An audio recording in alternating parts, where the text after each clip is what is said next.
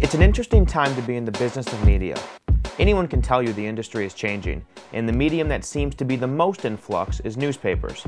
After spending time with the staff at the Morning Sun, a medium market paper in mid-Michigan, I've learned and seen firsthand that with the proper mindset and understanding of your market, print news sources remain an important part of communities and they can still prosper. This is a profitable paper. It's always been a profitable paper, and I can't say it always will be, but we sure don't see it becoming unprofitable anytime in the future. And whether print stays or goes, the profit is going to be on the digital side, and if we can sell enough digital advertising to pay for this news operation, then we continue with or without print. So what changes have been made to adapt to changing times? Every single piece of content produced by this newsroom goes online first. If it's a sports score, if it's a breaking news story, it goes on Twitter first, then it goes on Facebook, then it goes to the website, and print is last. There are things that skip the Facebook and Twitter and go straight to the website, but everything that is in our print edition has already been out for anywhere from 3 or 4 hours to sometimes 24 hours earlier. Right now we're in such a transitional point in the industry, so it's sort of like, I don't know if I want to say overwhelming, but a lot coming from both sides. We still have to meet a daily print deadline, but also we have all this new technology and new ways of telling stories at our disposal that we need to be learning. It made me very nervous early on. I think it made everyone very nervous because in our case, our CEO, John Patton, gave every reporter a flip cam. This is maybe 2 years ago.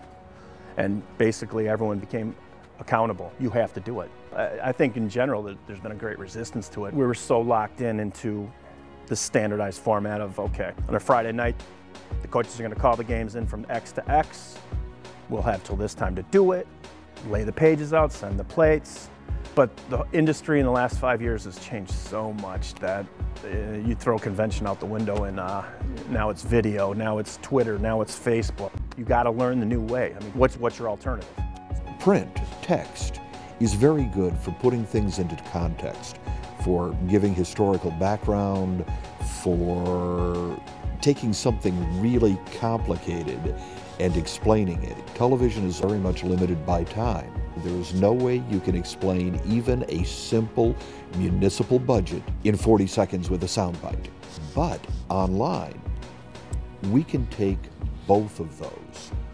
We can show you the winning touchdown, we can put it into context, we can give you that team's historic record, and you can hear the crowd cheer while it's going on all at the same time. For the first time ever, we can tell all the elements of the story. Keeping up with social media trends hasn't been the only change at the Morning Sun. Recently, all printing duties were shifted to Mount Clemens, which helps save on the high cost of labor, maintenance, paper, and insurance, but also is responsible for a lot of empty desks in the office and a lot of unused high-priced machinery. These are what you call your CTP machines. We used to send our plates to the press, go through these machines, come out here, run down there where they automatically bend, so they go onto the press easily, and then come out here, and the pressman would come over here, pick them up and bring them to the press.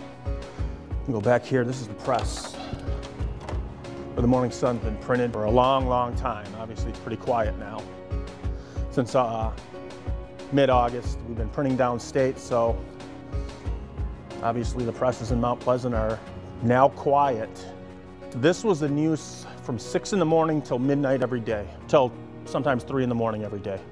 We not only printed the Morning Sun here, we printed various other publications from all over the state. I don't think print's going to come back, but I think in some markets it's not going to fail as quickly as some people think it is either. It's an odd market because we really don't have any daily competition. For most of Gratiot, Isabella, and Clare counties, we're the only one publishing on a daily basis. We're the only one spending hundreds of thousands of dollars a year to gather news in this community. Our print subscribers want the print edition, and they're going to want it for a long time. I really believe that the smaller community newspapers are going to end up doing better in the end, because anybody can go to any national newspaper online and get a national story or a world story, but the local stories need to be told by the people who are embedded in the community. So I think it's important that newspapers continue to value that community journalism.